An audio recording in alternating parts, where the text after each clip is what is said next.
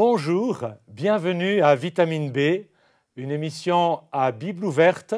Vitamine B, un bénéfice pour la santé de toute votre vie.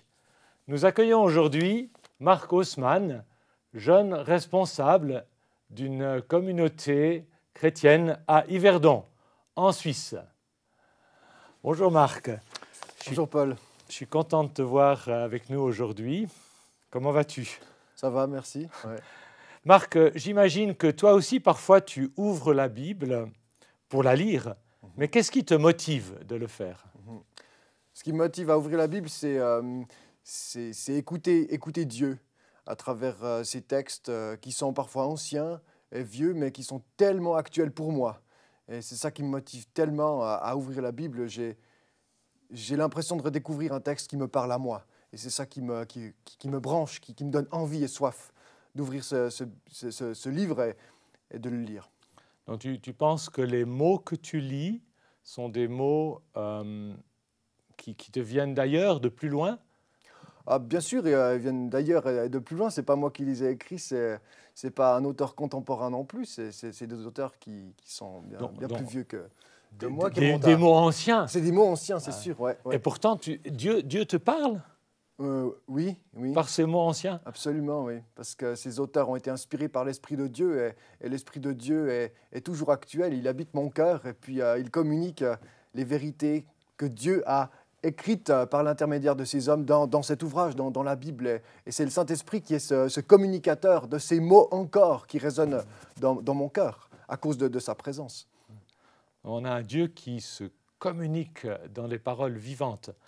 Et aujourd'hui, on va ouvrir cette parole et on va s'attendre à ce qui nous communique quelque chose comme une vitamine. Amen. Pour la force de notre vie. On va prendre ce texte, je crois que tu aimes beaucoup, Éphésiens, dans la lettre de Paul aux Éphésiens. Je vais le lire, si tu es d'accord. C'est pourquoi je fléchis les genoux devant le Père, de qui toute famille dans les cieux et sur la terre tient son nom, afin qu'il vous donne, selon la richesse de sa gloire, d'être puissamment fortifiés par son esprit dans votre être intérieur, qu'ainsi le Christ habite dans vos cœurs par la foi. Alors, c'est beau, c'est une prière, n'est-ce pas? Oui, absolument. Belle prière. Paul prie pour des gens qui habitent Éphèse. Bon, il les connaît bien parce qu'il a passé à peu près deux ans, n'est-ce pas? 2 ans. 2 ans, mais un peu plus à Éphèse. C'est une grande ville, à l'ouest de la Turquie, un port à l'époque, 200 000 habitants, pense-t-on. Bon, enfin, ce n'est pas l'objet direct de notre débat, mais Paul prie et il s'adresse à quelqu'un. Et quand on voit à qui il s'adresse, on voit le mot « père ». Ça choque un peu, non? Parce que d'habitude, quand les gens prient, ils disent quelque chose « mon Dieu » ou bien « oh Dieu » et là, il dit « père ». Que ça veut dire « père » ? Pourquoi « père » ici? Alors, père, Jésus avait déjà lui-même utilisé ce terme pour s'adresser à Dieu. Et c'était nouveau dans la bouche de Jésus de s'adresser à Dieu, au Dieu d'Israël, en tant que père. Et on retrouve fréquemment, extrêmement fréquemment dans les lettres de Paul, cette affinité, cette affection aussi, pour ne pas dire cette révérence, parce que je crois que quand Paul parle du Père, il y a de l'affection et aussi beaucoup d'admiration, de révérence pour ce Dieu qui est tendre, pour ce Dieu qui s'est manifesté à lui sur la route de Damas en Jésus-Christ. Et Père, oui, ça peut paraître surprenant que Dieu puisse se manifester à nous comme un Père. Mais Jésus nous l'a démontré, et puis Paul le reprend aussi à sa manière parce qu'il a réellement rencontré ce Dieu qui s'est approché de lui comme un Père. Mais alors, d'accord, donc c'est un peu l'image d'un père qui est proche, qui est intime. Mais si je posais la question, mais il est père de qui, Dieu? Est-ce qu'il est père de quelqu'un? Oui, oui, tout à fait. Je pense que la question de la paternité de Dieu, elle revient ici dans ce texte. Il est le Père de toute famille, des familles dans le ciel et sur la terre. Toute famille dans le ciel et sur la terre tient son nom de lui, de ce Père.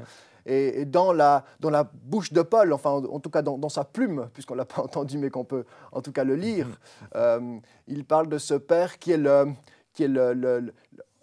géniteur, le créateur de toutes les familles dans le ciel et sur la terre. Tu veux dire donc l'origine de toutes les familles, des 7 milliards d'habitants sur la terre, de toutes ces familles-là, sont originaires du Créateur. C'est ça que Paul veut dire ici en disant Père. Oui, j'en ai bien l'impression, en effet. Ouais. C'est effarant, hein, mais c'est extraordinaire. Pour nous-mêmes, en tant que père de famille, en tant que membre d'une famille, on appartient tous à une famille, qu'elle soit biologique ou qu'elle soit un groupe X ou Y. L'Église en est une, mais on a d'autres familles, des amitiés, enfin bref, quel que soit le groupe de famille dans lequel on interagit, dans lequel on se trouve, dans lequel on évolue, on est quand, je trouve, à la rigueur, rassuré et réjoui de penser que celui qui nous réunit, celui qui nous a créés, celui qui nous a mis ensemble, c'est Dieu le Père. Et je crois que c'était dans la pensée de Paul de réellement dire à ces Éphésiens, nouveaux convertis, ces païens qui sont venus à la foi en Jésus-Christ, dire, mais vous avez pour Père le Dieu que je connais, le Dieu d'Israël, qui est venu en Jésus-Christ. Enfin, c'est éblouissant pour ces Éphésiens aussi d'imaginer que Dieu a un visage, que Dieu est un Père, et puis qu'il s'est manifesté en Jésus-Christ. Ouais. Mais alors, tu parles toujours de Jésus-Christ, mais bon, pour beaucoup, Jésus-Christ, ben, c'est un homme parmi les autres. Alors lui aussi, il disait Père, ben voilà, ça signifie « tu m'as créé ». Oui, bien sûr. Alors, dans le cas de Jésus, on peut pas dire que Jésus soit créé par ce Père. Jésus est incréé, il est le Fils éternel de Dieu. Tu veux dire que Jésus, il a toujours été ? Il a toujours été. Non Jésus. Créé, toujours été. Absolument. Ça, c'est aussi une dimension qui nous échappe, mais que la Bible affirme. Jésus était dans la gloire avec le Père avant son incarnation. Il est descendu parmi nous en tant qu'homme.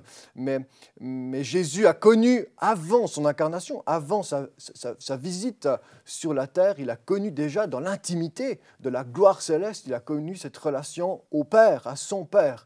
À la différence de Jésus, nous sommes créés, et nous sommes créés par ce même Père. Et Jésus était déjà là, ouvrier à la création. C'est cette parole qui a donné la vie, cette parole qui est sortie de la bouche du Père. C'est le Christ déjà. Et l'Esprit qui planait sur les eaux, c'est l'Esprit qui nous habite et qui nous anime aujourd'hui aussi. Donc nous sommes bien sûr issus de ce Père. Et peut-être qu'on peut dire aussi que dans la plume de l'apôtre, de parler de Dieu en tant que Père, c'est aussi parler d'un Dieu qui est l'autorité suprême. Que Dieu soit un Père que Dieu nomme, puisque le texte parle de familles qui sont nommées par le Père, que Dieu nomme, fait référence aussi à son autorité. Il est le Créateur, mais il est aussi le Seigneur de toutes les familles. Et plus tôt dans le texte, on découvre que Paul dit que le Christ a mis sous sa botte, sous son autorité, toute domination, principauté, pouvoir, autorité.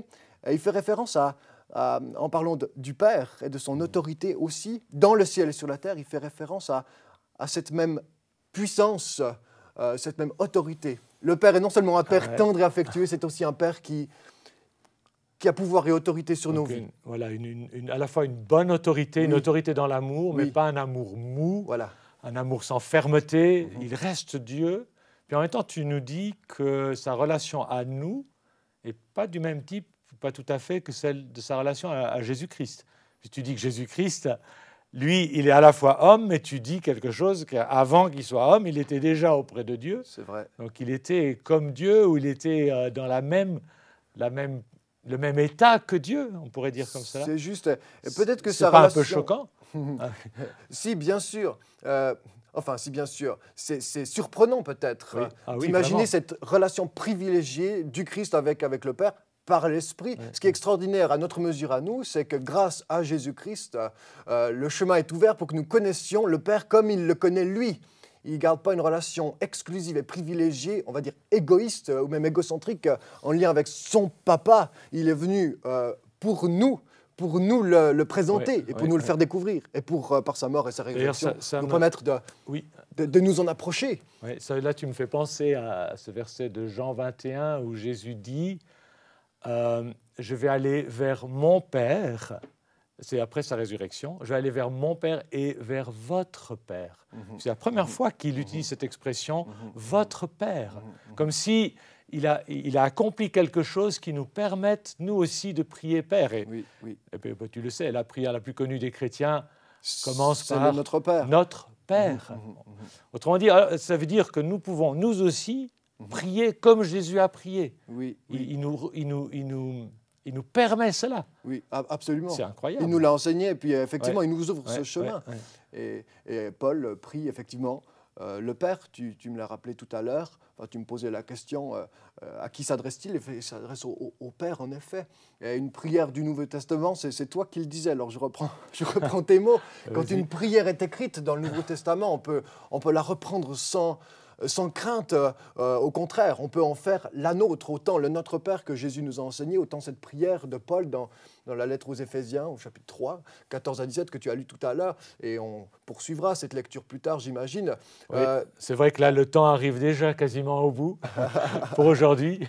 Eh bien, peut-être un encouragement à poursuivre cette prière, parce qu'on peut la faire nôtre. Paul l'a écrite, cette lettre est pleinement inspirée par l'Esprit. Il l'a faite pour ses lecteurs, qu'il a connus en tant qu'auditeurs proches, les Éphésiens. Et puis, si elle est là dans le Nouveau Testament, c'est qu'elle est là aussi pour nous, et que nous pouvons nous identifier à cette prière, la prier aussi pour nous-mêmes, pour nos enfants, pour nos familles, pour l'Église et pour ce monde, qu'ils puissent connaître tous cette paternité de Dieu. Eh bien, je te remercie beaucoup, beaucoup, Marc, pour toutes tes remarques inspirantes et stimulantes. On a vraiment envie de voir la suite, mais ce sera pour la prochaine fois. Et j'aimerais aussi vous remercier, vous, chers téléspectateurs, d'être avec nous et vous encourager à prier et à vous approcher par Jésus-Christ de ce Père qui a à la fois autorité sur nos vies parce qu'il nous a créés, mais aussi qui nous aime, qui vous aime. Au revoir et à bientôt.